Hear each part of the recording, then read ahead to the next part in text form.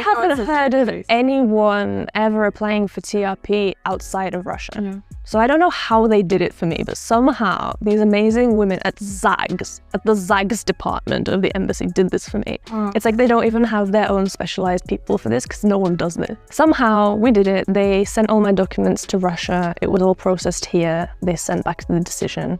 And then they gave me a visa so I could come and get the stamp. It's really easy to get in. Everything will be great. And I said, okay, so can you extend my visa, please? And she was like, yeah, no problem. And there was big problems. It's so hard. I did everything myself. I mean, at every point, I thought I knew what I was doing. And then looking back, I could have done it so much quicker without so much hassle. I finished my bachelor's during COVID and I knew I wanted to study more because there were just no job opportunities at that time. And in England, it's really expensive to do a master's degree. So the current project is to do with OCD, obsessive compulsive disorder. We're looking for different polymorphisms to do with OCD. We track their subjective impression of how time is passing. It can be the case that people with different psychological disorders or people without them, they can experience time in a different way. So that's what we're researching there. There are so many Russian scientists who want to be published in the West. Now it's really difficult, and it's even more difficult if their English is not great. So I help Russian scientists by editing their papers, their scientific papers, just to make sure that the English is perfect and everything is clear. In science, people are just looking for any reason to decline Russian papers. Sometimes you get really, really weird reviews, nothing to do with the paper. So my goal to help Russian science. Hi everybody, this is another video of Braden Consulting, and today we have wonderful Emily for our interview. She's going to tell us all about how a scientist made his way in Russia. Thank you, Emily, for coming. Hi, nice to be here. Yeah, thank you. So, Emily, you're a scientist and now a junior researcher and studied cognitive science and technologies at Higher School of Economics. That's right. And did your family support you with your wish to study in Russia? And why did you choose Russia to pursue your higher education? Well, actually, my mom chose Russia. Oh, really? Not that she chose, but it was during COVID. And I knew I wanted to, I finished my bachelor's during COVID and I knew I wanted to study more because there were just no job opportunities at that time. And in England, it's really expensive to do a master's degree. So I was looking in Europe and I was looking at lots of different courses in cognitive sciences and stuff. And my mum found this one at HSE. And she actually also found my bachelor's degree, which I studied. So it was like continuing the trend of her not sending me somewhere, but saying, Emily, I think you would like this. And I think, oh yeah, I think I would. And here I am. So yeah, my mum definitely supported me because at that time it was really difficult in England. We had really, really long quarantines. This is a message from the government. Coronavirus is a national emergency, life-threatening for people of all ages everywhere in the UK. To help save lives, stay home. Only go outside for food, health reasons or work, but only if you cannot work from home. Stay home. Anyone can get it and anyone can spread it. Stay home. Protect the NHS frontline staff working to save lives.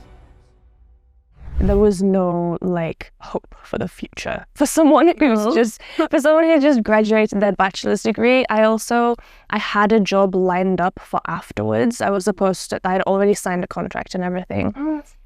And they just said, oh, well, no, because it was going to be in tourism. And obviously at that time there was no tourism. So they said, no, we actually don't need you. Sorry. And so for me especially, it was really difficult thinking, well, what am I going to do now? So I knew I wanted to leave England. To kind of mix it all up a little. Yeah. And have some. And what about the rest of your family? So you say your grandparents are Russian as well. Yes, my grandparents are Russian. So my mum is fully Russian. She was born in Lithuania. My granddad was very happy that I was moving to Russia. He was saying, yes, she's doing the right thing. The future is in Russia. Although he lives in Lithuania, so I don't know. But yeah, my granddad especially was very happy. Great. And what sparked your interest to the sciences initially? Well, I studied my bachelor's degree in aviation management. Oh so my it's God. like business, tourism, it's very different. Definitely. But for my dissertation, I decided to write about, basically it was a psychological research. It was about cabin crew who are not native English speakers, but usually in this setting of flying, they would be speaking English, at least in Europe, because it can be very international. Like, for example, you fly for Ryanair, there's people from all over Europe and you need to work together. And I was thinking, the point of the research was inattentional deafness. So, for example, in a very high pressure situation, in an emergency, do people respond as well to commands in their non-native language as they do in their native language? So I just did a questionnaire. There was no experiment. I was just like interviewing cabin crew. But I did a lot of research for it to write the dissertation. I just found it very, very interesting, this kind of human factor and inattentional deafness. And then I decided I wanted to be a cognitive scientist. Wow, that's amazing. Yeah. Who would have imagined prior to the dissertation? Yeah, it was a really strange route I took to get here. In HSC, what was the most exciting part of the program? Well, one of the main reasons I wanted to come to this I've finished now, but to the program, is because there's so much research that you can actually do yourself. A lot of the programs in England and in Europe were very hands-off, kind of all theoretical, but here you had to do some practical internship in a lab, and then you also had to do your own dissertation at the end. So I really enjoyed the fact that they had all different kinds of technology, like electroencephalography, fMRI, all these kind of different things that you could try. So that's one of the main reasons I wanted to go. Dear viewer, if you're thinking about moving to Russia, this announcement is for you. Our company specializes in helping foreign citizens to relocate to Russia. We handle the relocation process from start to finish, turnkey, so to speak. We have over 200 cases under our belt. We help with relocations not only to Moscow and St. Petersburg, but also to any other region of Russia. Please note that all our consultations are completely free. Join our Migration Telegram channel, where you will not only find answers to many of your questions, but also find like-minded people. The link is in the description. What was your dissertation on? My dissertation was also to do with sounds. So I kind of took my first dissertation and turned it into an actual experiment. I wanted to do it with cabin crew or with pilots, but I couldn't logistically make it work, unfortunately, although I did have a meeting at Boeing in Moscow to see if I could do it, but no, it didn't work out. So I just had normal people, Russians who have very good English, and I had them reacting to English words, Russian words, and then just tones, just different sounds, to see how many tasks they could get right and how many wrong.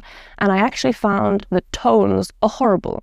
Tones are terrible. You should always have your commands in some kind of language, because even if it's your second language, it's far better than just a sound. How did you start with people? Just through VK, really. I know a lot of people who were quite interested to come. So some of them were my friends or people that I know, but then I also just had a lot of random people just contact me through VK. I think my friends were sharing it as well on VK, so it was like friends of friends. Okay. I didn't really have any problems finding people. Okay, that's great. Well, you told me you spoke Russian at home when you were a child, but then you slowly started forgetting the language as you joined an English school. How difficult was it to regain your knowledge of Russian to pursue sciences, especially at a Russian university? Well, I studied in English, so... Oh, okay. Yeah, so the program was in English, so there were quite a few international students. But in terms of learning Russian again, it was actually quite easy. And it sounds strange to say because so many people have so many problems learning Russian, but for me, it's like I really already had everything in my subconscious. All the kind of, something I always remember is the first time I ever landed in Vnukovo airport. I didn't know what to do. I was like, okay, I'm going to call a taxi, but first I'm going to have a sit down. I went to a cafe and I ordered chai s molakom. Okay. And somehow I knew that it should be s molakom. Oh. And I was thinking, I said that and the waitress understood and she acted like everything was fine. But how do I know that? Like, why is it molakom? I didn't know any of the rules. I'd never studied Russian. But it was these kind of things that I just knew it had to change, and it's kind of, I don't know why, but okay, it makes sense. And then when I started learning all of these different endings and different tenses, it was pretty easy. So it kind of fell. Yeah. It was like explaining things I already knew so that I could start doing it consistently. I mean, I still make mistakes, but... We all do. Native speakers or not. Yeah. But you're making English speakers here in Russia jealous with what you just said. I kind of am a true bilingual because I did learn it from birth. I mean, from before I was born, I was hearing these Russian sounds, so I have an advantage. Did it help in your city saying you're bilingual, you think? Maybe. I'm not sure. I don't know. Nobody's ever really asked about it. Okay. Друзья, хотели бы вы выучить русский язык? Если да, то приглашаем вас на наши бесплатные уроки по изучению русского языка. Oh, sorry. Friends, would you like to learn Russian? If so, we invite you to our Russian language lessons. They are completely free and are held in small groups. For your convenience, our teachers offer lessons in several languages. The link to our educational Telegram channel is in the description. Is the uni tough, what you studied? HSC? Yeah. No.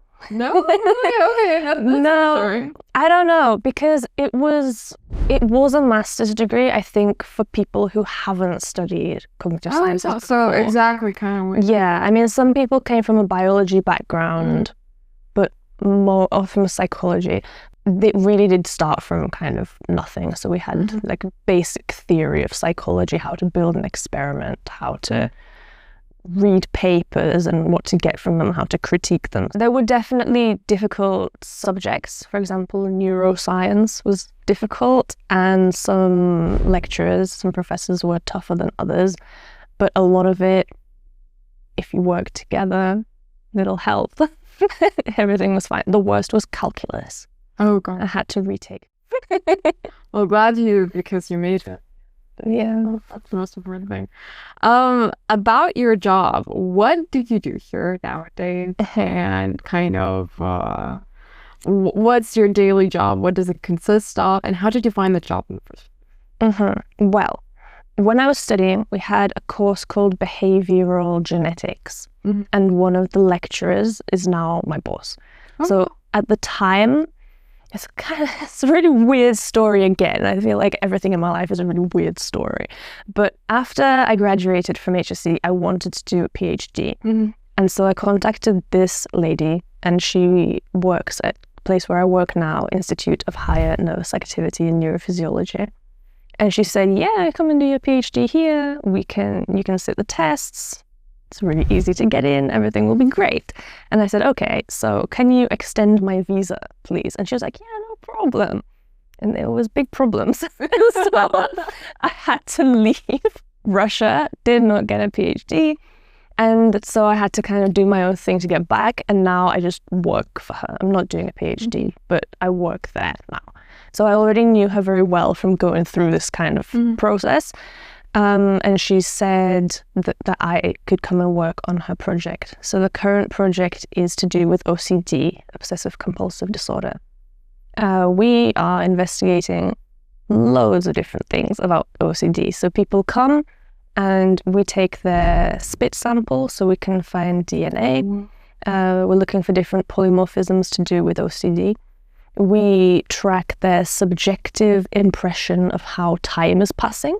So we have a couple of experiments to do that, because it can be the case that people with different psychological disorders or people without them, they can experience time in a different way. So that's what we're researching there. Then we have an experiment with pictures. So you look at some pictures, they're different, and we're tracking how people react to different pictures. We have an eye tracker and EEG. We also have heart rate and galvanic skin response. So it's kind of like how much you sweat. So we track everything about these people, and we're trying to find some differences between the different types of OCD, because there are five different types. Wow. Any recent findings that you can share? Yes, but if someone wants to come to the experiment, don't listen. Turn off your sound now. Well, yes. So I think the most interesting thing, the kind of most final finding, because we're still doing it, we're still improving the research, is that people, like neurotypical people without any disorders, they would think, when we ask them, okay, press a button to start the minute, and when you think a minute has passed, press the button again.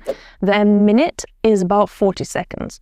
So it's consistently much faster, like 33% faster than the actual minute. Whereas people with OCD and depression, theirs is much closer to a minute, but it's significantly longer than for neurotypical people.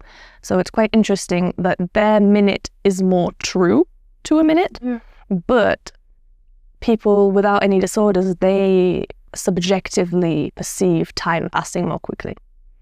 So, for example, if you were depressed, you could maybe feel like time is passing for longer, you maybe bored more often, kind of lethargy, don't have any energy, and that could be one of the reasons. So we already had research about depressive people, and now we've added OCD, and their minute is even longer, just a little bit longer. You have some additional means by which you're making your living. Can you Yes. tell us about that? Just in September, I started my own business because obviously I have a scientific background. I'm a native English speaker, and there are so many Russian scientists who want to be published in the West. Now it's really difficult, and it's even more difficult if their English is not great. So I help Russian scientists by editing their papers, their scientific papers, just to make sure that the English is perfect and everything is clear. And then when they submit to Western journals, they don't have any comments like, I didn't understand anything. You know, because people are just, I mean, in science, people are just looking for any reason to decline Russian papers.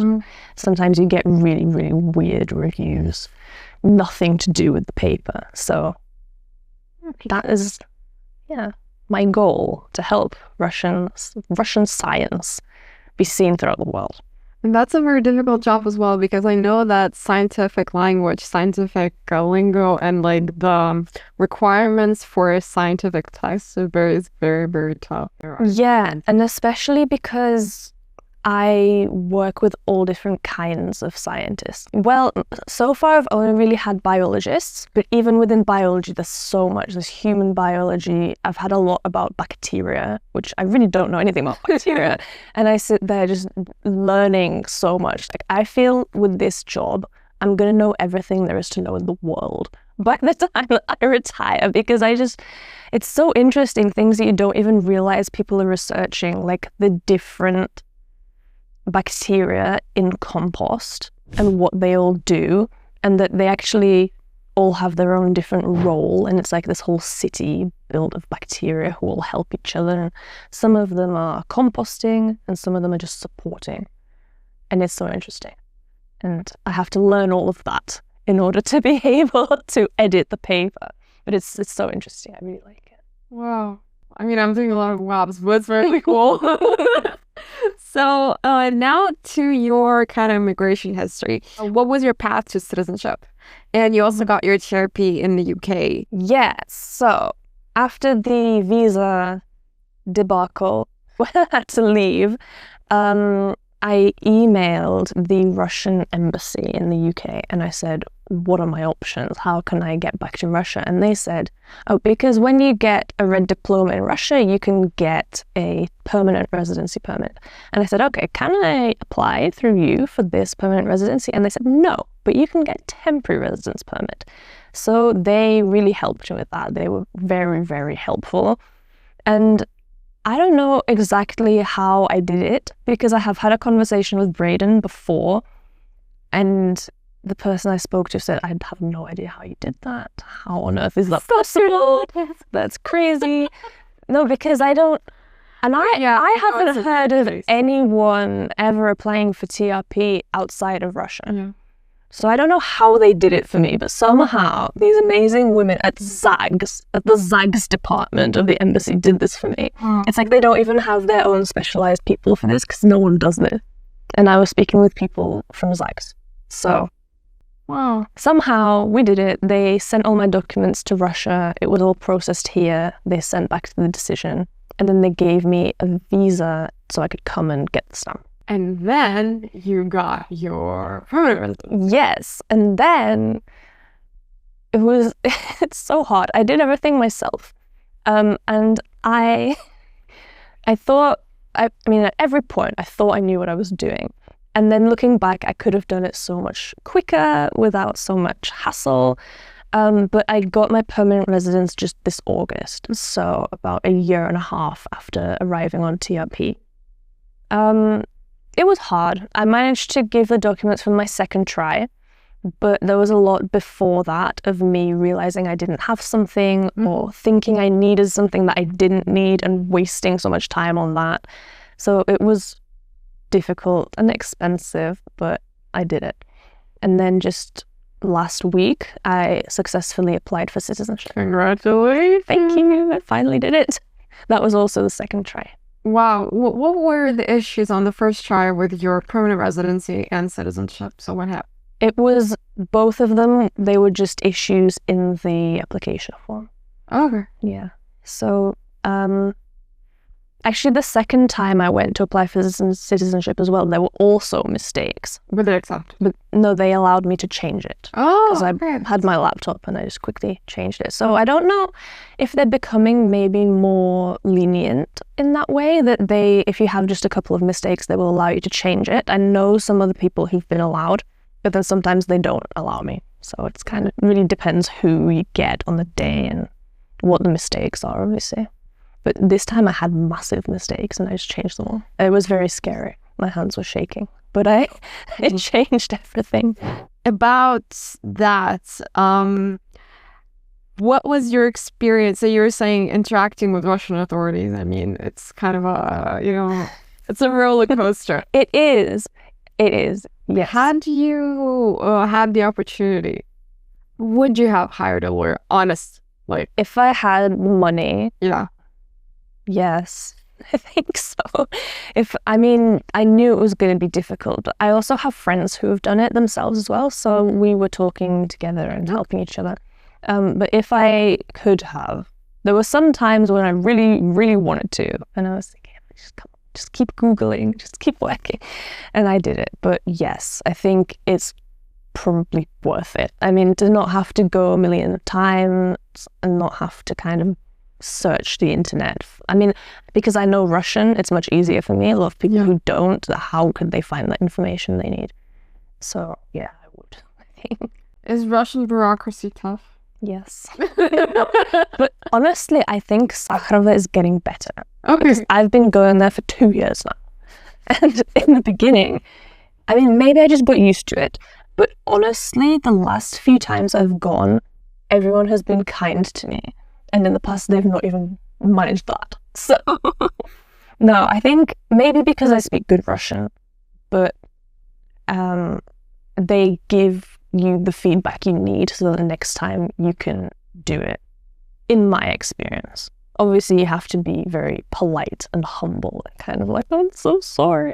But in my experience, it's getting better. I actually think it's getting better. That's reassuring, actually, for us as lawyers as well. So it's really good to hear. Not gonna lie, that's... If you compare it to service you might get in some other countries, I mean, what you might be used to, then it's not great. But maybe I'm just used to it now, but it used to be worse. I'm sure of it. Do you think you got used to all the Russianness of Russia or not really? Are there still some things that like really weird you out or something you're really not happy with, to be like completely honest? I think I'm used to it. Yeah, I think I'm used to it. I mean, now I'm so aware of all the different processes you have to go through to get a registration, to do anything, that I feel like, I mean, I've been everywhere. I've been to the Nalogova tax office. I've been to my documents. I've been everywhere so many times that I just kind of know what to expect now. And I think, like, Russians are obviously used to it because they've been everywhere so many times. They've been through it. And now I've been here so long as well that I'm also used to it. So it is possible. to get used to it. And You're getting experience points. yeah. Yeah. Nice. You play ultimate frisbee. С диском, потом 3 в горизонте, еще 2 сзади. Блин, делать заброс и... Вот это да. Классная ловля. Yes. For those who don't know, what is that, and how did that kind of build your life in Russia a little bit? Ultimate Frisbee is a game with a disc, a frisbee. A special one, it's a special weight, a special shape that you use for this game.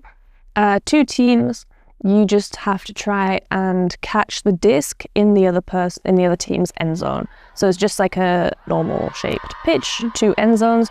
If you know anything about American football, I don't really know, but apparently they also have end zones. You're not allowed to move with the disc, so you catch it, you stop, and then you throw it to the next person.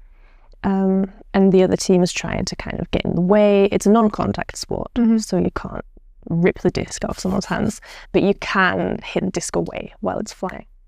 So yeah, we play indoors and outdoors and on sand and in the snow if you want to, but not me. Yeah. So You said that there's a big community of ultimate frisbee. yes.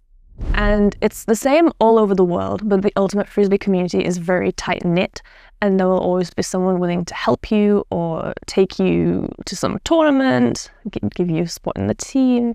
So yeah, when I first moved to Russia, I already was playing in England, so I immediately joined my university team, and it just immediately... There's an HSC. Yeah, ultimate frisbee. there are lots of student teams. Wow. Yes, you should definitely check it out. Can you join as a non-HSC? No, To the HSC. we have clubs as well. You can come. Wow, I didn't know you could access them as like just some. No, I mean, uni teams, you have to go to that university, but then there are clubs as well where anyone can join. Wow, that's really cool. I can invite you. Oh, thank you. No, I would love to, literally, because I've never been. I have no idea. Like, just from what you described, I'd love to. Thank you so much. That's very cool. Yeah. You've been to cities as well. Yes, a lot of traveling. So it's actually also a weird story. I arrived in Russia for the very first time. It was in November 2020, COVID. Not really, but I had to stay in quarantine. And I stayed in quarantine in one of the HSC dorms for about 2 weeks. And then they let me out. And that very same day, I went to a Frisbee tournament just north of Moscow on sand. So I hadn't moved, no exercise for 14 days in quarantine. And then I'd never played on sand before. It's very difficult to run. And I didn't like it. But anyway, it was just the fact that on my very first day, I already had like a team of people, like people who were looking out for me and who I knew and who I could always message if I needed anything. And then it all just kind of went from there. So then I went to Nizhny Novgorod, and I've been to Kaliningrad, Kazan, St. Petersburg, Moscow, lots of tournaments as well. Oh. Yaroslav.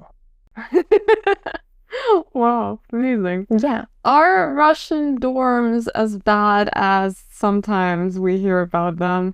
What was your experience? My experience was okay. Okay. Yeah. I was in the 7th dorm of HSC, I think 7th, Tekstilshik, yeah. And it was nice.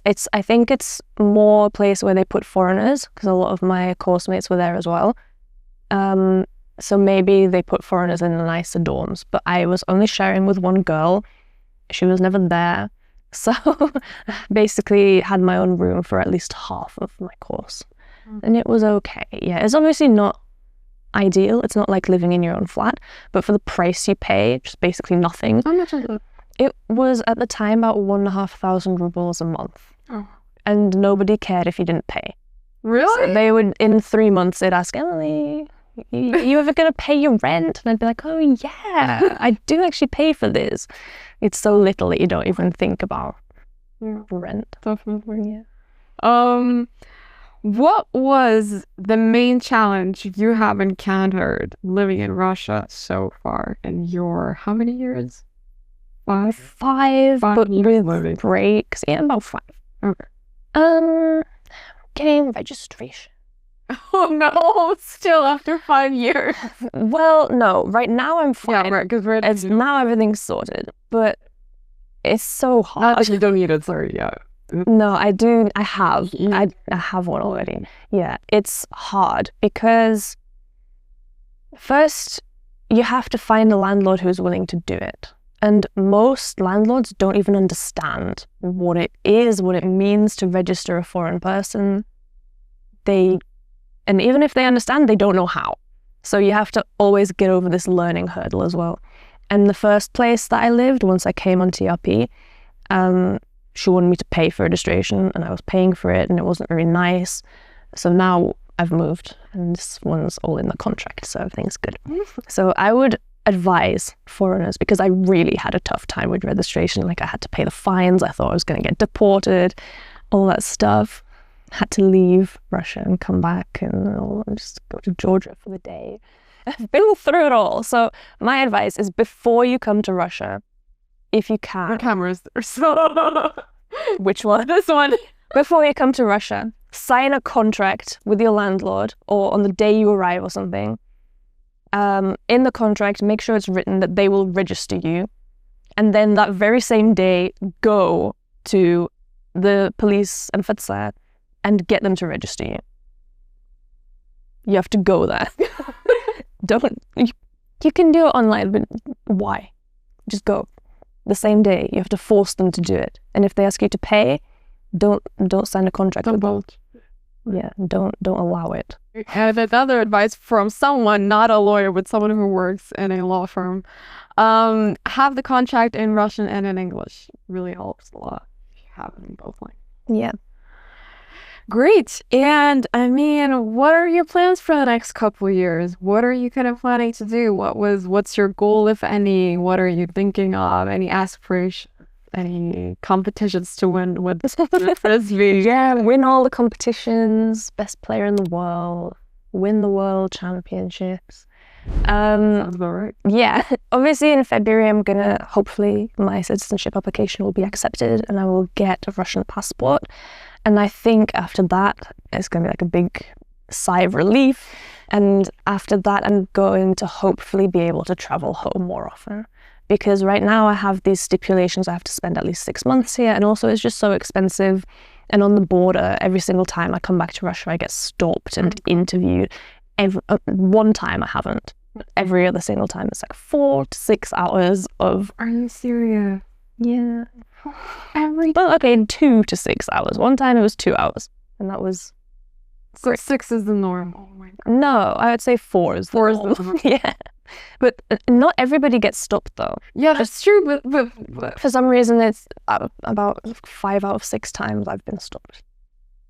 But I'm so used to it now. Obviously, the first time it happened, I was very scared. I didn't know what was going on. But then you just start to understand, like, okay, here's my phone, here's my password, I work here, and this is all my details. I write it all down, okay. Any more questions? And then it's fine. But mostly, if you come to a very busy airport, most of those hours are just waiting for them to come to you and ask questions. So you usually come to Vnukovo or Sheremetyevo? Usually Vnukovo. Last time I came to Zhukovsky, and that was 2 hours because it's a very small airport. Okay. So that was okay. Well, reassuring. Emily, I mean, thank you so much for coming. No worries. I really hope that the citizenship thing will go really smooth. Me too. And yeah, of course, naturally. And what we do, so Emily talked about her red diploma. Your red diploma? Yeah, you graduated with a red diploma. Emily graduated with a red diploma. So we can also help you to obtain your permanent residency with a red diploma. As well as that, we do contract proofing in case you would like to come and get your apartment here. We also help with apartment search. So please do reach out, send us your inquiry, and we'll see what we can assist you with. And thank you so much, Emily, for coming. Thank you for having me. It's a pleasure. Thank you so much. And have a great day. Bye. Bye. Thank you for watching our video to the end. If you already live in Russia or are just starting out and would like to share your experience relocating to Russia with others, please contact us. We'd be happy to feature your story on our channel or in our partnership projects with Russia Today. You'll find our contact information in the description. See you again soon.